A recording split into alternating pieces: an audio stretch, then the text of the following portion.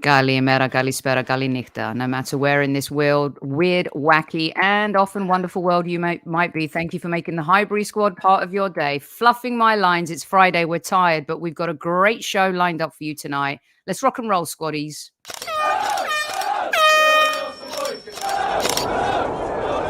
Mind the gap between the train and the platform. Please stand clear of the discussion doors. The next stop is Highbury Squad.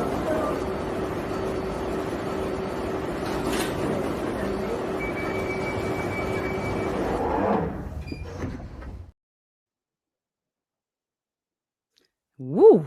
Okay, here we go. This is the kind of show I like to do, and this is the kind of fun I like to have on a Friday, especially. Kick back, relax, and why not spend some money? And joining me is one of my favorites, a good friend of mine. Of course, you know him, you love him, Mr. Tom Canton from the Gooner Talk TV. Welcome back to Squad Central.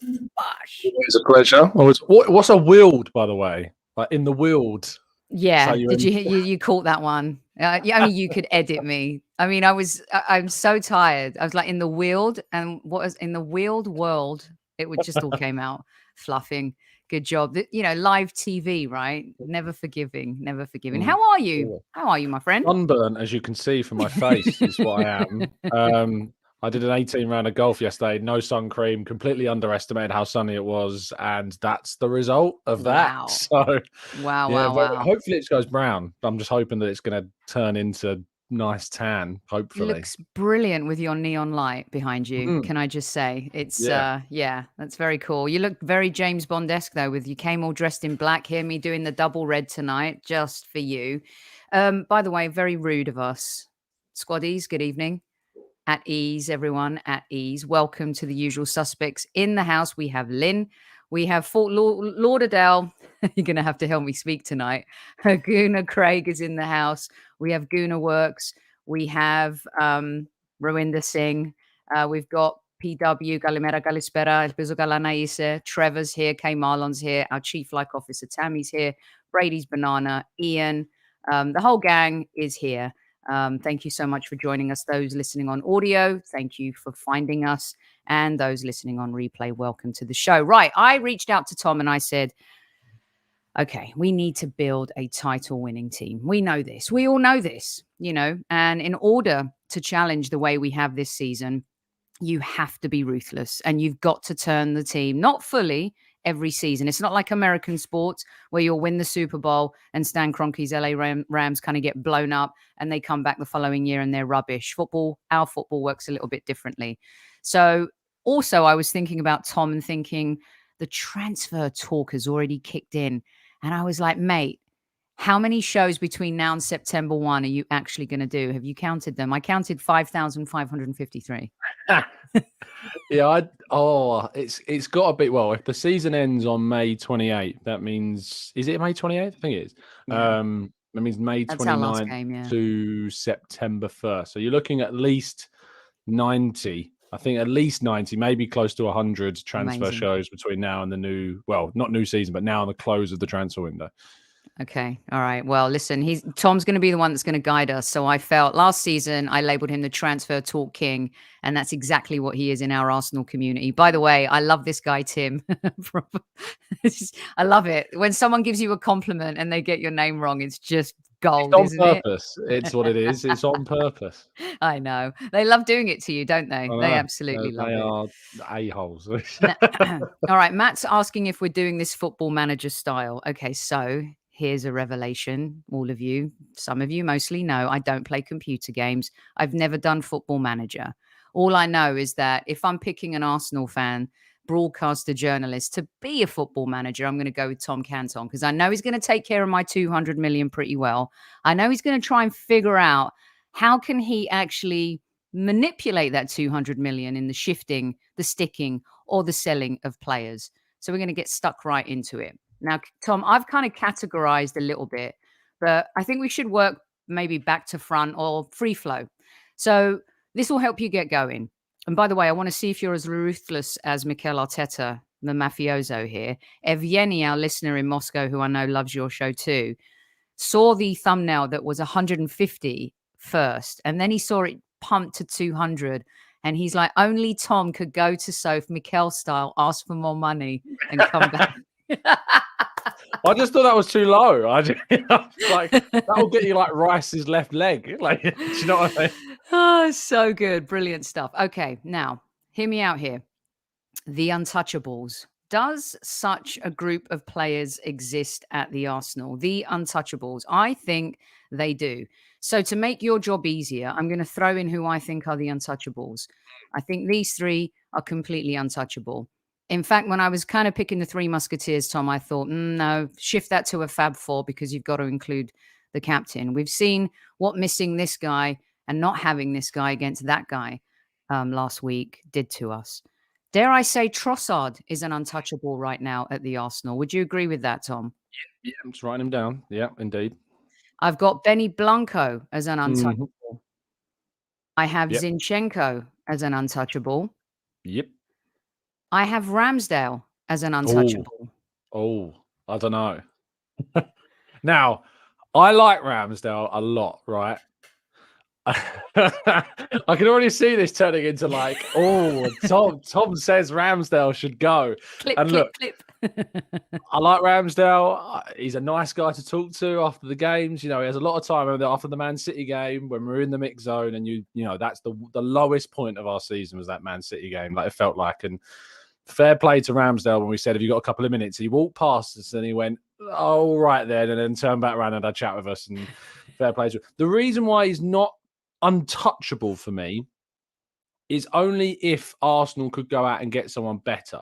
And I think the problem with that is that there really isn't that many out there. But there's just something about me that feels like a Mike Maignan, for instance, who I probably butchered the pronunciation of, the soon to be number one French goalkeeper, if not already.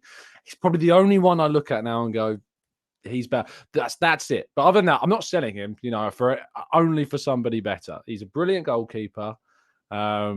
There's just something. I don't know what it is. So there's just something attached to Ramsdale that leaves me a little bit unsure. But do you find that the less of that unsurety? Is that a word? No. Is that a word? There is not a word. It's definitely not. Do you find that when you're not sure? Yeah. Yeah. Are you thinking Champions League? Like when you're thinking about elevating the team and as good as he's been, because let's be honest, I mean, he saved us this season. I think that mistake, unfortunately for goalkeepers, everyone's going to remember that mistake. But what if we tallied up the missed chances this season too? Yeah, look, Ramsdale has made some amazing saves. I just need a bit of consistency. I just need a bit more consistency from him, I think, at times. And he has gone from playing in relegation battling football to playing in a team that dominates possession. And that is a big reality check. It's not a weakness that he's been playing in those relegation battling teams. That's given him great experience. But when you move to a team that dominate possession, you're then called upon far less. And those gaps between times you're called upon, that creates, periods of rest. It creates periods of not fatigue, but in terms of like physicality, but fatigue sometimes mentally. And the best goalkeepers at the best teams, that's not a problem. And there's just, I don't know what it is, but there's some times where I just feel as though he could do better in moments. I'm probably being really harsh. I think you are being exceptionally harsh on my Rambo 2.0. I think he's still a hero. I think without him, this moment was so sad because considering his heroics at Liverpool, and you could go back to Leicester, you could go back to the Tottenham 3-2 game, you could go back to the foot save at Tottenham away. There's so many moments, and unfortunately for a goalkeeper, it's the moment that everyone's going to remember. And I don't think that was the moment that we lost the title either. But very interesting that we have a conflict. Anyone else I haven't included? I did not include Thomas Partey in the untouchables. I want to know if you or our chat have issue with that. Real quick for you. Nick says he's more untouchable than Jesus and he loves Jesus. So I think we become even tribal about our own individual. Can we be tribal if we're individual about our love for a player? No. But our love for a player goes deep. I think that the reason why the comment about Jesus being more less untouchable, sorry, is mainly because he plays in a position where you can rotate much easier than the number one goalkeeper. So you feel as though you can probably replace Jesus with the striker that's better than him. And we know that there's a lot of strikers out there that we could potentially buy that are going to give you more goals than Jesus. A lot maybe is over the top, but I think there is a fair few strikers out there that you could bring him if you're willing to spend a huge amount of money. But there is, as Lone Star says in the chat there, is there an argument that no one in a team is untouchable? Can you always upgrade on somebody is the question. So it's always going to come back to, it's always going to come back to context, isn't it? And, you know, what around players, and can you replace Ramsdale with someone better? I think maybe he's still a brilliant goalkeeper. I want to put that out there. You know, it's that classic of, just because I say I don't like waffles doesn't mean that I love pancakes. Sort of thing, you know, it's the way that it goes. But yeah, I love that. Okay, cool. Now let me wrap this bit up here. So those are my untouchables. These are my jog on and get the F out. So hard. You're gone. That's what you say when someone inappropriately approaches you in a bar. Like, jog on. Speaking of inappropriately approaching you in a bar, hello, Magic. Welcome to the there show. You go. Perfect. Demsek, that's too kind. Very. Ouch. Listen, I'm getting ruthless. I wanted to see how ruthless Tom was going to be. So I decided to create my jog on category. Yes, for each and every one of you. My number one, jog on. Get the F out of our club. This guy. Get rid of him, Tom. How much are we going to get for him? Oh, we might be able to get a packet of crisps if we're lucky. God, I don't think we're making much money from Pepe at all. You know, this guy's on like 100 and something £1,000 per week. I don't know who's going to buy him. I really don't know who's going to buy this guy. You know, Tom, I think some fans have actually forgotten that he's still ours. Yeah, I think you can say that about a lot of players, you know, that are still Arsenal players. Somehow are still Arsenal players. Like Ainsley Maitland-Niles, I sometimes forget is still, you know, here. I forgot Cedric the moment he moved to Fulham, and then was reminded he's still. I forgot Marquinhos the other day. We signed him last summer. Okay, forgive me about Marquinhos. Forgive me for the thumbnails I missed. Marquinhos, I totally forgot about. There you go. That's what I mean. Like, I sent you a list, and I'm like, I'm sure I forgot someone. And Tom sent me the list back, and I'm like, holy cow, did I forget some? Yeah. And you forgot Nketiah existed. All right, here we go. Another one. When I say this politely with Pablo, I mean, the poor guy went through a life-changing experience as well, but he's been nothing short of magnificently handsome and Mask of Zorro-like, just not at the Arsenal. Time for him to go. I mean, he again, has gone, I think. He's gone now. Yeah, it's confirmed. Monza have stayed up, which means they are obligated to pay the 6 million odds million to us. So he is a goner. He's jogged on, if you like. Thanks for confirming that. I did remember his thumbnail. Okay, this guy, it's time to cut the cord. Au revoir, enchanté. How many languages can you say goodbye in, Tom? Auf Wiedersehen, is that that's a good German? one. Yes, there German. Well done. Tschüss, that's also German, actually. That's two Germans. There you go. But no, yeah, Maitland-Niles, as far as I'm aware, he is being let go at the end of the season. His contract will not be extended, and he will move on come the end of the campaign. They had an option to extend it by another year, and they're choosing not to, which shows you kind of the confidence they have that they'd be able to make any money for him in the summer. So yeah, Maitland-Niles needs to move on. Big waste of money we could have got from Wolves if we'd accepted that bid all those years ago. I'm glad he's gone just because we stopped talking about that Wolves bid, because I feel like it comes up every single time. So yeah, even with the numbers are always fudged when it comes up as well. Okay, I'm sure these are going to come up for you as well. Sambi, see ya. Not a very good recommendation from Vincent Kompany. I actually think he did it deliberately now. And considering how well he's done at Burnley, not so much of a look. Some players work out, some don't. I don't think Sambi's a bad player, but I think we've got to ensure he jogs on this summer. Nuno got a jog on as well. Started off on fire in Marseille. Had some problems out there. Another one for me. Sorry about this one, guys. I've supported him, but Jorginho can jog on as well. Oh, see you later. You came in, you did good for a few games. If this Arsenal Football Club wants to rise and compete and win Premier League titles, I don't mind you being in a squad under emergency services, i.e. there are 3 midfielders ahead of you. Au revoir. And if there's one player who I love and I adore, and I'm on tape saying so to Arsene Wenger, but he has got to go this summer. Big Bob, your hair's great, but we are done with you here at Squad Central. Au revoir. Oh, Tom. I really hope they're not watching this stream. Honestly, I've got to see him after the Newcastle game, and then they're going to come up to me and be like, "You told me to jog on. I'm not answering your questions." You never said it. I said it. Right now, it's over to you because there's a last category which I'll save to the end, potentially. Although I'll throw it in. Why not? Letting go is hard to do. These are my letting goes are hard to do. Listen, Tommy, if you're going to have muscle injuries and you're going to be like injury prone, I love you. I adore you.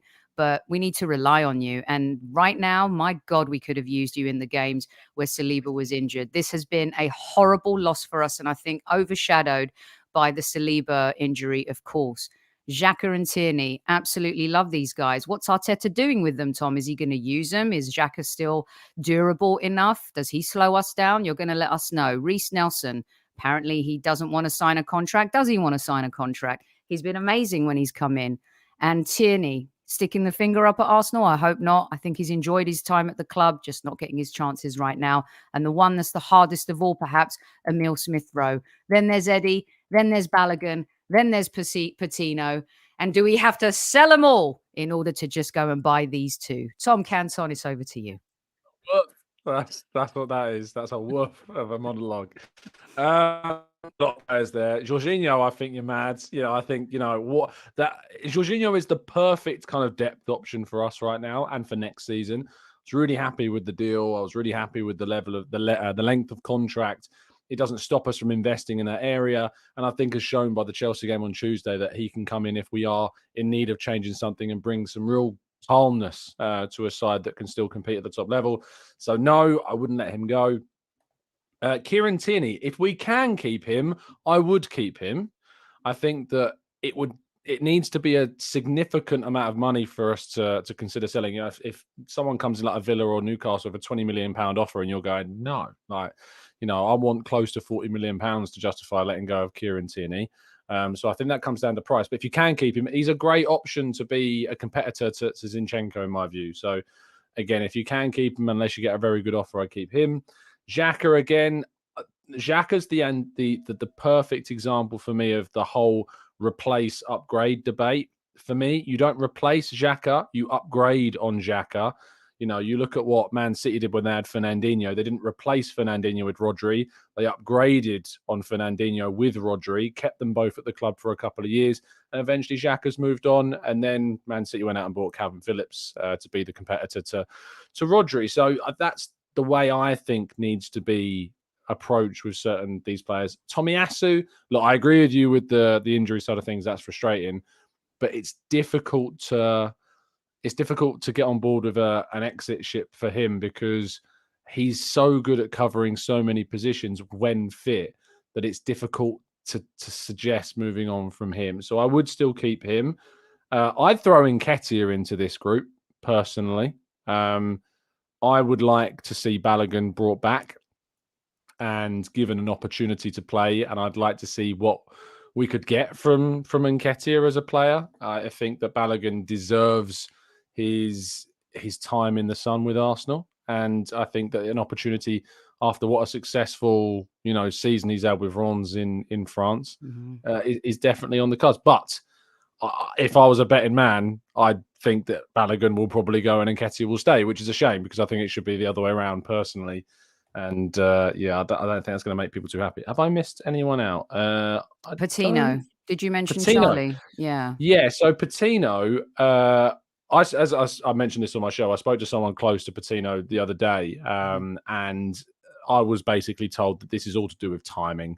And if we were talking about Patino as 19 years of age 2 years ago, imagine we could, take him back in time 2 years. It would be the perfect time to integrate him into the team then, because, Europa League football, not even in European football, you've got cup competitions, you've got chances to rotate him in with Xhaka or with El Neni or with Lokonga.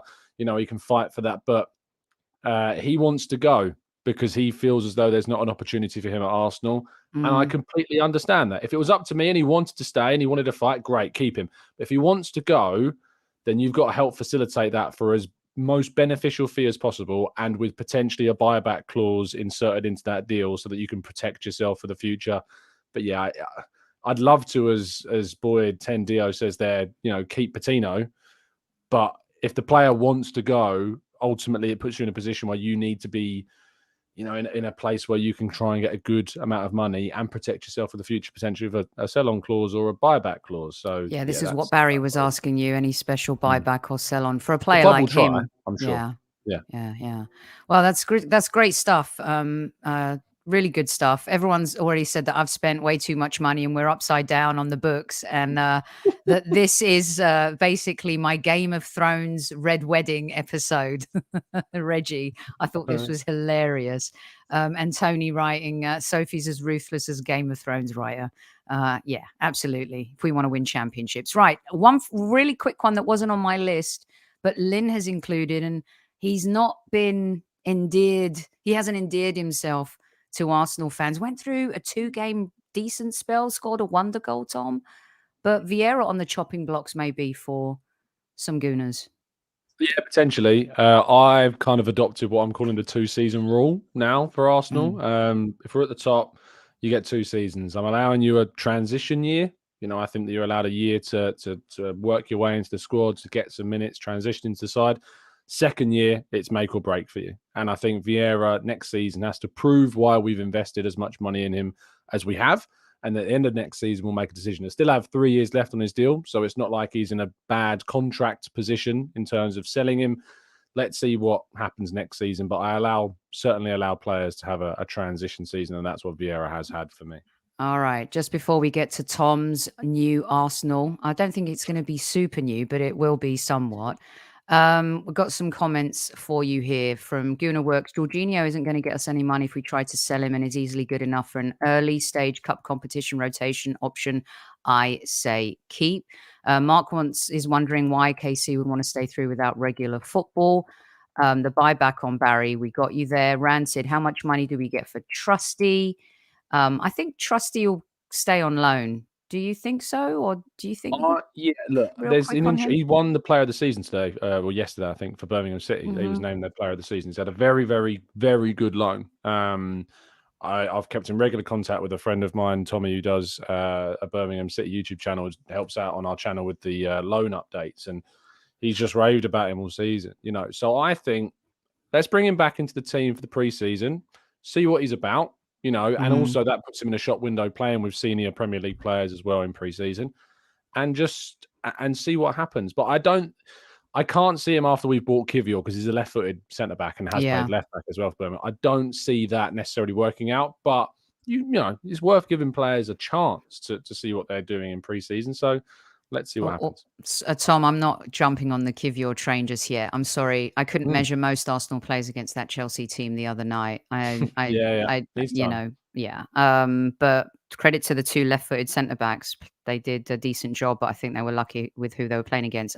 Mike says, would be nice if we could extend Patino, promise to sell him next summer. The same way you just said with Trusty, I'd like to see Patino, and there's a few other of these coming as well. K. Marlon thinks he's being ill-advised, but just to give him a shot to come into the pre-season before we make that decision, Tom. But maybe Arteta's seen enough of him. He's been there long enough now.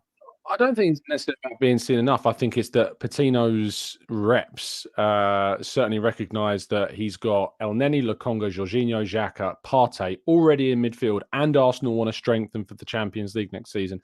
He's just not going to get a sniff. It's just not going to happen. If you're going into a game and you're playing the Premier League and Partey's not available, Rice not available, and it's a choice between Patino and Jorginho, you're picking Jorginho for those moments because you can count on what Jorginho is going to bring.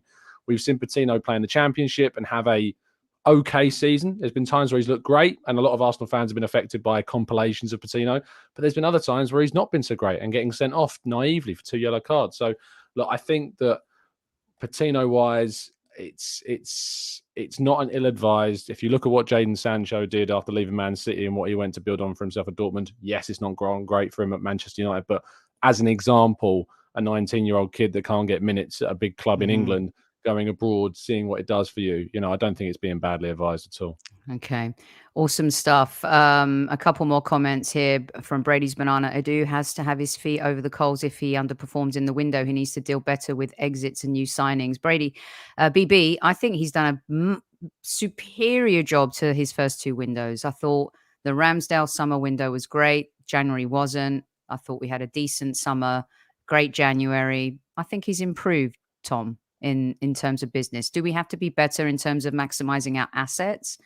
Yes, but I think we now have a team and players that can do that finally, and contracts that may allow us to do that finally.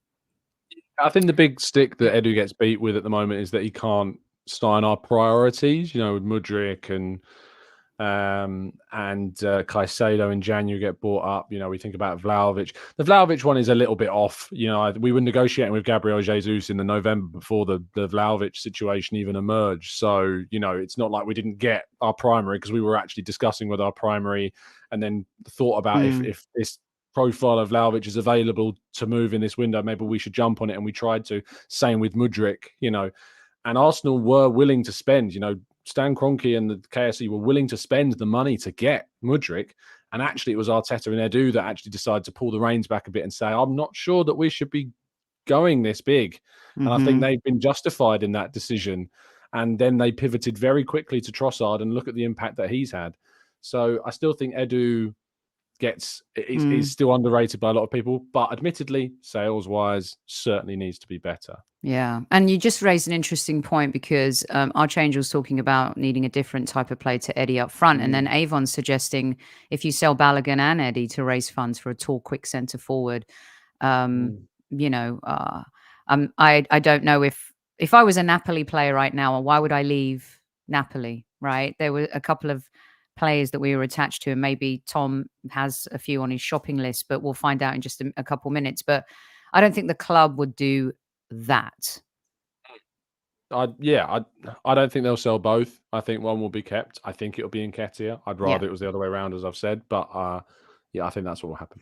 All right, Tom, let's get it. Let's get it from you. $200 million to spend, I gave you. In football terms, in today's it's money. Not a lot of money, is it? But let's see how would you build a title-winning team for the Arsenal next season? So, for me, Arsenal's squad is obviously, you break it up into the 3 key areas of forward, midfield, defence. Where do I think Arsenal can improve the most in terms of the options? Now, we've got a lot of options in midfield, but I think that we can improve the most with the level of quality available to us in midfield. So I'm willing to commit the majority of my budget. Now, I don't really like attaching price tags to players. So you've got to just assume that what I'm going to do fits this $200 million budget. Let's get the transfer market app out, everyone. Come on. Yeah, indeed. I would buy Rice and Caicedo if you can get both. Now, some people say that Rice is going to cost 100 million. I don't think he's going to cost 100 million. I may be wrong. But I think, by the way, I didn't plan this, guys. I just had this because I had a feeling. Yeah, because they're my 2. Go on. But yeah, look, if Arsenal can get both of those players, what a midfield you've suddenly just built for yourself. Wow. Odegaard with those 2 behind him for the next half to full decade, well, maybe not full decade, but at least the next 5 to 7 years. What an amazing group that could be for the future. It enables you to transition from Partey and Xhaka. You don't have to get rid of either of those 2. You can keep them at the club for a couple more seasons and transition with those, have those options, and then you go and invest again in a couple of years to enable that transition moment. But if you can get Rice for around 70-ish million, which I think you should be able to do, and if you can get Caicedo for, again, between 70 and 80 million, I'd be more than willing to invest to improve my midfield in that way. Now, Tom, you've explained this on your show, and you've talked to our squaddies as well. But help understand, because there's always this argument about the 8 versus the 6, where what we need more. What if Thomas and Xhaka stay, and you've got the 2? Help me understand, if those 2 come in, what do you think the reality is, the scenario there? With the position. If you get Rice and Caicedo, the reality is that you've got 4 Premier League level number 6s if you want, because any of Partey, Jorginho, Caicedo and Rice can all play in that defensive position if you want them to. Caicedo for me is better when you push him a bit further forwards and play him where Xhaka is. You can let him be free. If you watched him for Ecuador in the World Cup, give him that freedom to do what he wants, move around the pitch. People make comparisons to N'Golo Conte sometimes. I don't think that necessarily fits perfectly. I think, he's got more physically to his game than what Conte does. I agree with that. Push him further forwards, playing with Partey, playing with Rice, that gives you such great dynamism, I think, in the midfield. Rice, again, I think you can play him with Partey or instead of Partey. I think that goal that he scored against Ghent in the Conference League shows you the technical level that he has got, that people have been underrating for a very long time. I think that those two change the game for Arsenal's midfields. And I don't think we really would ever have to worry about, we always used to talk about we're a Partey injury away from disaster or, like that. We would never be thinking about it like that for a long time. And we would need significantly bad luck to get into that position again. So when I didn't have Partey on my untouchables and I had Xhaka in my, it's hard to say goodbye sometimes, letting go. A lot of people in the chat are open to this, but also a lot of people are like, that's our budget gone. Okay, the 200 million, I'll make it 200 million pounds if you want, everybody. Crikey, $200 million is 160 million pounds, Evgeny's telling me. Of course, we know. Where was this sport board? Where were you when we needed you the most? But Caicedo, Tom, they kicked it up to 100. Rice, there was a report that came out 2 days ago, 120. It was so accurate. I was like 127 million. How on point is that, right? It was 26 or 27. What do you think the reality is? Knowing that United would be interested, although everyone says the deal's done with Rice. No, nothing's done until we see it. It's not done, no. Price tags are really interesting when they're reported. I speculate on price tags all the time, but for the record, I'm pretty sure I'll be confident in saying that I've never ever said, they specifically, it's definitely this price, because price tags are so hard to be accurate on. I remember, was it Tony Bloom, the Brighton guy?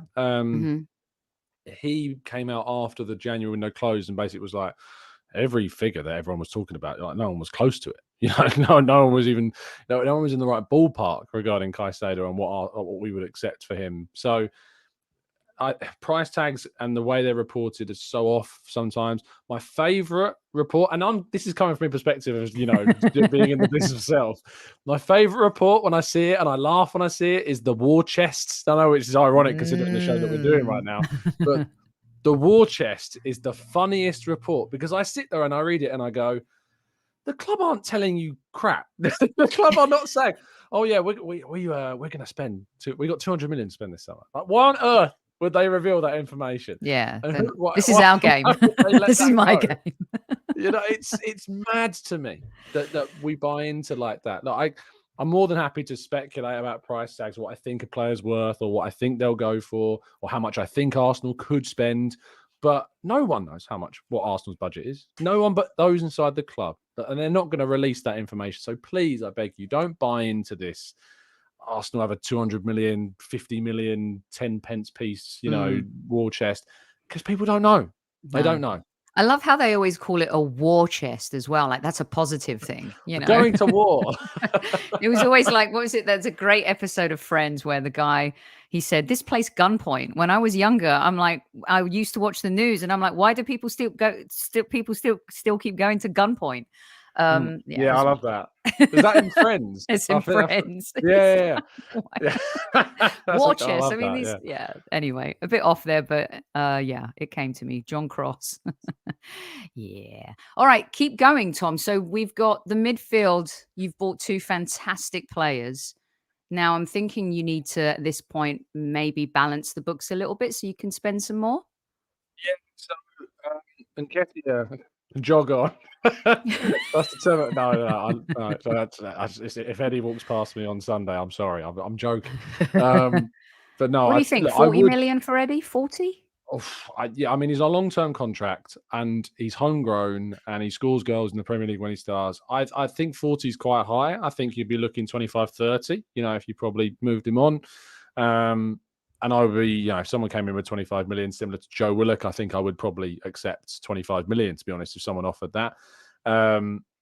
He's worth more than Joe. I mean, Eddie scored a lot more goals than Joe and proven himself more in the Premier League before that Newcastle move. So I like what you're saying there with the 25. I think maybe 30 would edge it. Go on, keep going. Yeah. Where are we at on my terms of list? But the rest we don't have that many other sellable assets, because I said I'd keep Tierney if I could.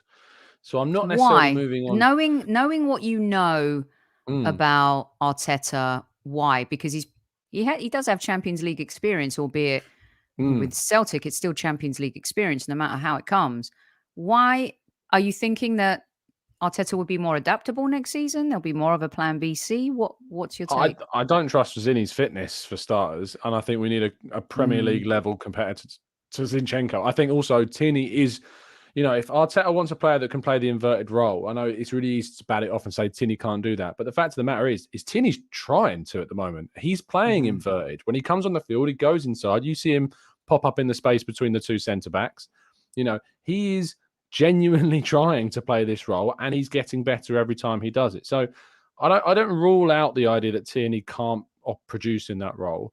And then the question is, who else are you going to buy to bring in that's going to be as good of a level as Tierney is in the Premier League, that's willing to play behind Zinchenko? So, it's a hard sell to a left back. The options I think you have are Tomiyasu, Kivior, Trusty. These are players that exist in the club that have played left back before. And I think Tomiyasu has been a good left back when picked there. You think about the Liverpool game earlier this season, he was brilliant. Locked down Salah and Nunez in that game, fantastic. But his fitness is not reliable either. So it's very difficult to see us signing a left back that will give us more than what Tierney can give us. So that's why I'm a little bit hesitant. But the other sales, Pepe, I think you can get £5 or £6, maybe. Oh my God. No, seriously, Tom. This is craziness, isn't it? I think he'll get cancelled contract, is my prediction. I think we'll probably terminate his deal. That's my prediction. Yeah. Yeah.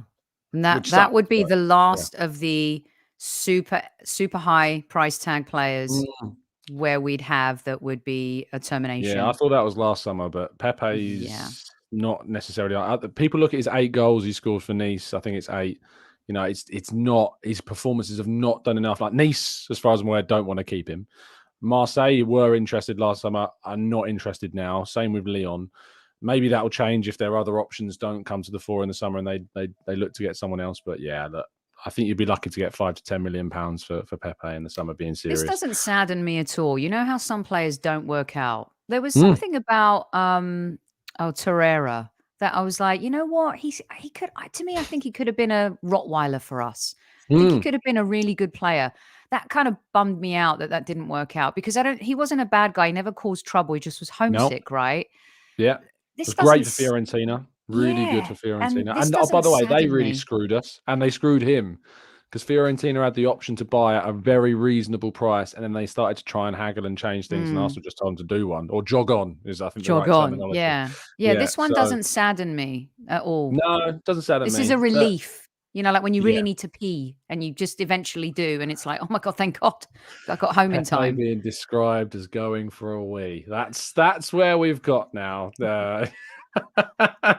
Let's rattle off these other ones. So Marquinhos I'd let go of. I don't think he's good enough, personally. I don't think he will be good enough. So Marquinhos, if you can get a few million quid, make your money back, get rid of him.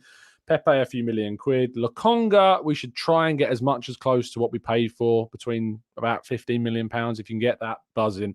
Maitland-Niles for free, gone. Tavares, I think we'll be lucky to get about 10 to 15 million pounds for him. Because trust me, people I talk to around Marseille, terrible. They really, really, he scored 6 goals this season, and that makes him look good on paper. A fullback playing in a wing-back position with 0 assists is bad. That's not good. And Tavares has been a liability defensively, and Marseille are not interested, as far as I'm aware, in signing him again. Cedric, again, if you're lucky to get anything for him. We're getting 6 million for Marie. And Rob Holding, I think, he's got a couple of years, 1 or 2 years left on his deal. I think you'd hopefully be able to get around 10, I think, for him. Homegrown, 27 years of age, a club coming up maybe from the Championship, maybe looking at someone like Rob Holding. You can see a Sheffield United maybe coming in for someone like him. So, yeah, that's it. But I reckon, we've sold 15 players, and I reckon I've made myself at least £20 million from that, have I? That's really bad sales, Tom. Yeah. Tom Canton. But it's not not best players, your to be fault. fair. Don't you think like a Sheffield United would pay 10 million for Rob Holding? Yeah. I mean, when I think about teams coming up, right? Burnley, for example, I could see Vincent Kompany going for not a Pablo Mari, maybe, but maybe he would go for a Holding. I don't know. Maybe he'd go for a Sambi. That's what I said, Sambi. Oh, Sambi. Yeah. I mean, he owes us 20 million, actually. Buy him back, mate. Show us what you meant, please. Yeah. Is there anyone that we haven't mentioned? Patino, probably the most obvious. Nelson is one people aren't unsure of yet. If you said you'd keep him, right, Reese? You're not selling him just yet. I would offer him the new deal. By the way, this contract negotiation is ongoing. He's rejected the first offer. That doesn't mean the contract negotiations are over. Arsenal it will still go back and forth. I think he will go. And if I was him, I would go. Because I think he needs to find a place where he's going to play regularly, and that's not going to be at Arsenal. But I think he's a great option for us off the bench at the moment. I think he shows in every single time he comes off the bench, he offers something. I think he changes the game a little bit. He's more direct. He asks questions. He does all the right things that a sub needs to do. So, yeah, I'd be selfish and keep him. But if I was him, I'd leave. We're not going to get any money for him now. No, I know. Yeah, there's selling ground for sure. I'd change, or you mentioned it too. Like even if a Bournemouth stays up or a Leeds stays up or any of those teams stay up, I think we've got some players that we can sell them to. This one I'm a little bit unsure of, I have to say. I'm not quite ready to let go on him. But blurry picture. It was the tears from my eyes that made it blurry. Right, we're going to get Tom out on a quick fire round as well. Let us know in the YouTube comments how you're spending your 200 million, who you're selling, who you're sticking with, who you spending the dollars on. Clearly, Tom Canton thinks 2 players will change. I wanted more. I thought you didn't let me finish. Go on. Well, where are they? I said to you, what's next? Come on. Well, I said I was going to spend a lot of money on those 2, but that wasn't it. So go on. Yeah, of course we want to know. Fresneda. I like Fresneda. The Spanish versatile fullback who, I've done a lot of digging now actually on, and a good La Liga watcher friend of mine described him as a midfielder masquerading as a right back. And that sounds a lot like Alexander Zinchenko, and we know how successful he can be for us. So, you did a great thing on him. You've done a great player profile on Fresneda. Fresneda, yeah. We've done it on Football London. So technically really gifted, loves to progress the ball. And I think under Arteta's coaching in this system, could flourish. So, yeah, I hope the Fresneda is someone that we go for. I'd like to see us go for another centre-back, as I say, to back up on that right-hand side if Holding moves on. And I think the links to Mark Gahey, I really like that. I really like those links to him.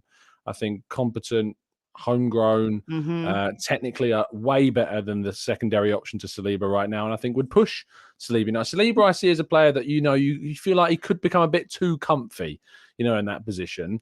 He's very assured of himself, So get someone in who can push him, keep him on his toes. And I think Mark Gahey would be a great option. Now, like if I'd knocked on Stan's door and said, look, mate, I want a bit more. I want a bit more money. How much more? How much more, Oliver Twist? And let's just say that Balogun was to be sold and we got a good fee of around 30 to 40 million pounds for Balogun, right? Then I want to see us buy a powerful striker.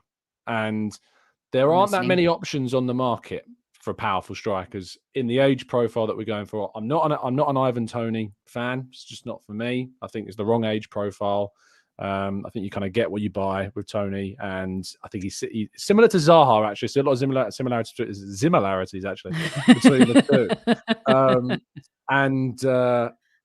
Again, I think Zaha flourishes at Palace because he's the star of the show. And I think Toney flourishes at Brentford because he's the star of the show. And I'm not sure how either of them necessarily would have transitioned into the Arsenal side. There's 2 strikers I like. I like Gonçalo Ramos from Benfica. Powerful, young, great goal scorer. Done it in the Portuguese League, done it in the Champions League, done it at a World Cup. stood up when Ronaldo wasn't available for him, scores a hat-trick. That's the type of mentality I like. Definitely not biased by the fact that I've interviewed him as well, and he's a nice chap. And the other one is Randall Kolo of Frankfurt, who Bayern want as their number one target, unfortunately. So that's going to be tricky, but brilliant forward, can play wide, can play centrally, scores goals, assists goals, and he's got 12 goals, 11 assists in the Bundesliga this season, or 13 and 12. He's a very, very impressive player. So don't let the big miss in the World Cup final fool you. He's a brilliant forward. So either one of those two, for a silly amount of money, bring him in. So, Tom, you've moved away from the Osimhens of the world and the Vlahoviches and the kind of, last summer before type names. I think Osimhen's a bit untouchable. You want to use that word that we've been talking about.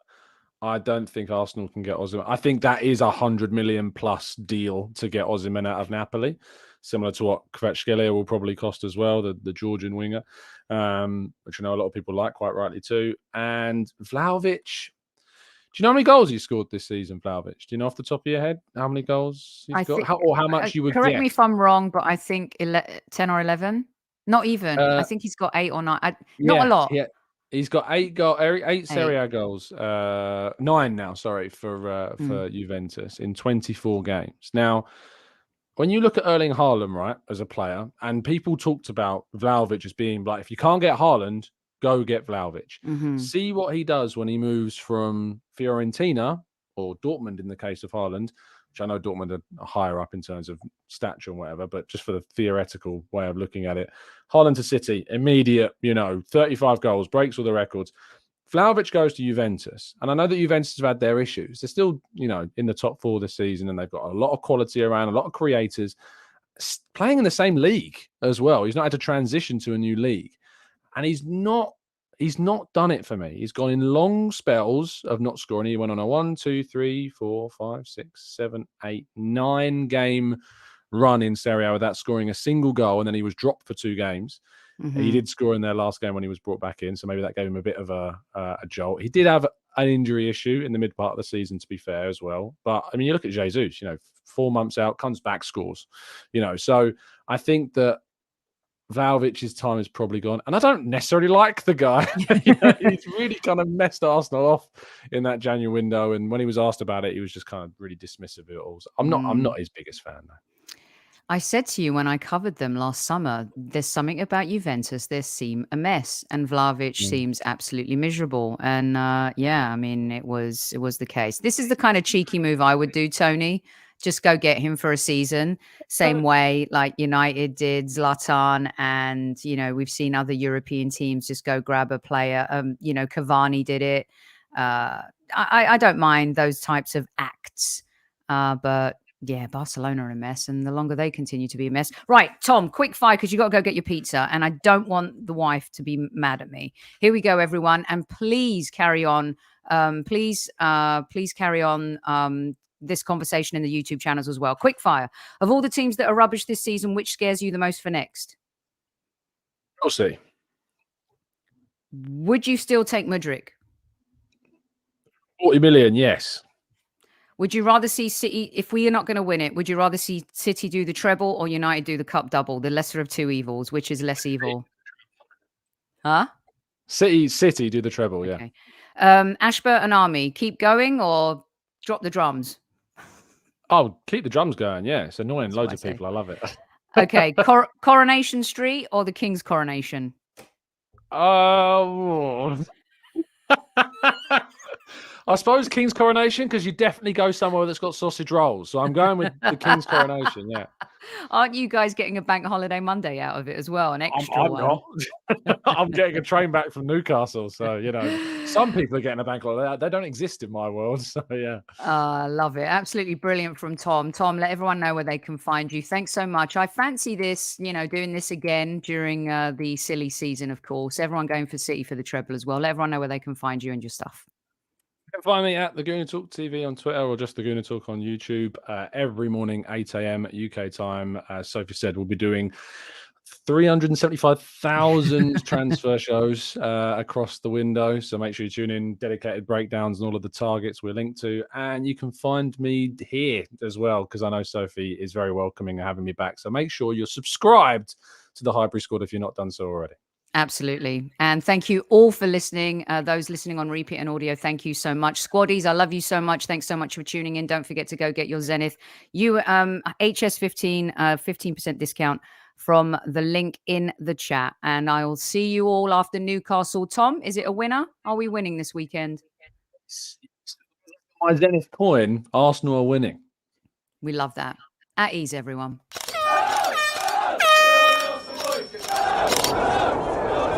Mind the gap between the train and the platform. Please stand clear of the discussion doors. The next stop is Highbury Squad.